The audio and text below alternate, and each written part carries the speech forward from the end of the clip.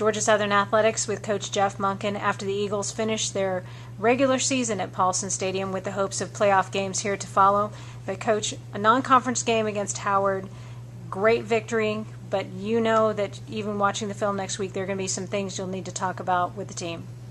I was really proud of our team, and it was a great effort to score 69 points and win like we did. There's going to be a lot of things that we'll see on film that we'll need to improve on, that areas where we'll need to play better. And you know, it's never different for me. I always find things that we can get better at, and I'm disappointed about. But the bottom line is we won the game 69-26, and that's a good win.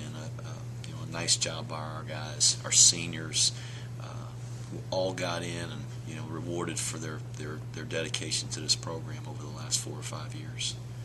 Well, Coach, one of the things we just talked about was that the drives weren't typical of a Georgia Southern drive. The defense was on the field an awful lot today, in part due to the fact that the offense was able to score very efficiently, maybe a little too efficiently for your taste. Well, the thing about it is we were hitting so many big plays, and it wasn't always because we were just doing a great job blocking them and knocking them off their feet. We made some good plays. Dominique made a great run to start the game. Broke some tackles and wiggled through there, but Howard was just out of position at times, and that's why we hit some of the big plays. And I guess what we're looking for are those plays where we really had to earn it, where we had to block people and knock them off the ball and knock people down on the perimeter. And those are the plays where you see some progress and you see your team getting better. And those are the ones that I'll really look for when I look at the film with a critical eye, not the ones where guys are running uncontested down the field. Defensively, we made some good individual plays, but there's still a lot of places where we can improve. We let them drive 4 drives on the day. 3 of them were double-digit plays, 11 plays, 10 plays, 11 plays, and the last one was 9. And those are frustrating to see them go down the field. They ran the ball too efficiently, 188 yards on the ground, and we got to do a better job stopping the run. We'll see that. And, again, the fundamental things: being where we're supposed to be, taking the gap we're supposed to, wrapping up when we tackle. Got to deny the pass better, but there'll be some good things we see and things to learn from.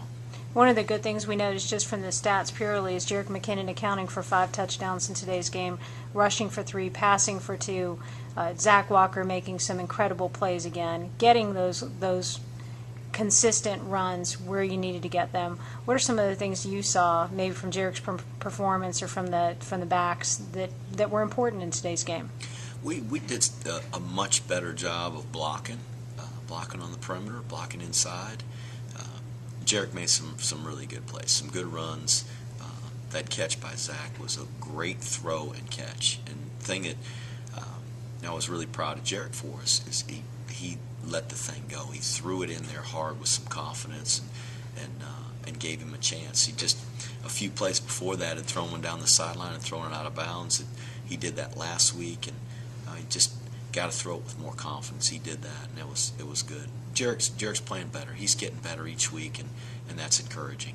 Well, you knew coming into this season that it was going to be a season-long improvement in several areas. You talked about the defense, had some guys banged up this week. Was that one of the things that may have affected today's outcome as well? Oh, I'm sure. I mean, anytime there's a change in the lineup and just the flow, it has some effect. But we got plenty of good players on our team that when a guy goes down, they can step up. I believe in our guys. I don't lack confidence in the guys that we have that have to go in there and play.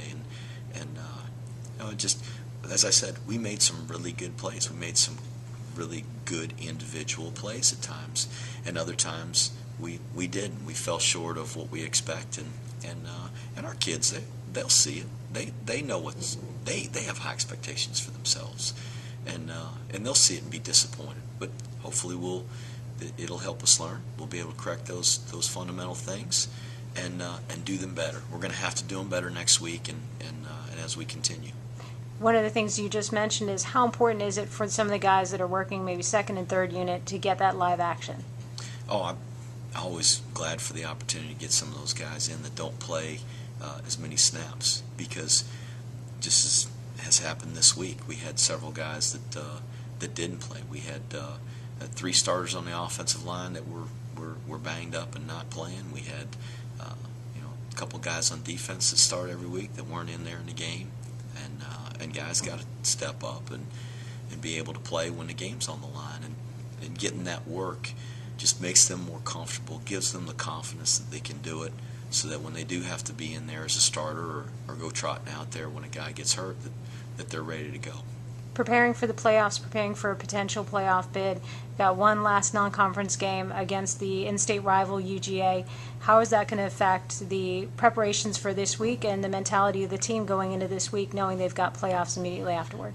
Our preparations for this game are just like they would be for any other game, and we'll put a plan together both offensively and defensively, and get to work on that on Monday with the kids. And our big work days are Tuesday, Wednesday, Thursday, and hopefully get some of these guys that are banged up healthy and ready to go. We're going to need the best guys we've got. We're going to have to play the best football game we've played this year to have a chance to win at the University of Georgia. But we're going to prepare for this game like we do any other game, with the intention of trying to win the football game. And we'll get to work on Monday with the kids. We're going to enjoy the victory this weekend. The kids, I'm sure, will enjoy this homecoming win, and hopefully, we'll go up there next week, play a great football game, and it certainly can help us in terms of where we stand in the playoffs, and that's that at this point, not having the automatic bid, not having maybe enough victories right now with 8 to be a top seed. We got to fight tooth and nail for everything we can get and give ourselves the best chance to be positioned in the most favorable spot going into the playoffs and make a run. And that's, Tim Durden said to me the other day, who's a great Eagle, played for Eric's teams. He goes, "We just wanted a chance to get in," and I think that's kind of what we've preached to our guys. Let's just get in. Let's get a chance to get in and make a run at it. Well, Coach, from early August to this week, toward the end of November, we have no doubt you're going to get the effort out of the Eagles this week.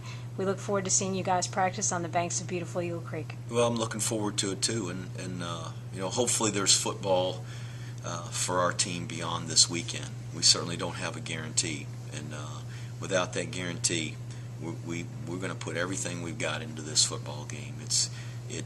There is no other football game that we can be worried about, concerned about, looking forward to. This is the only one that we're promised. So we're going to do the best we can to prepare and play the best football game we can, and hopefully just give our fans a great effort and something that they can really be proud of. Coach Monken, thanks a lot. And like I said, we look forward to seeing them practice their hearts out this week. Thank you.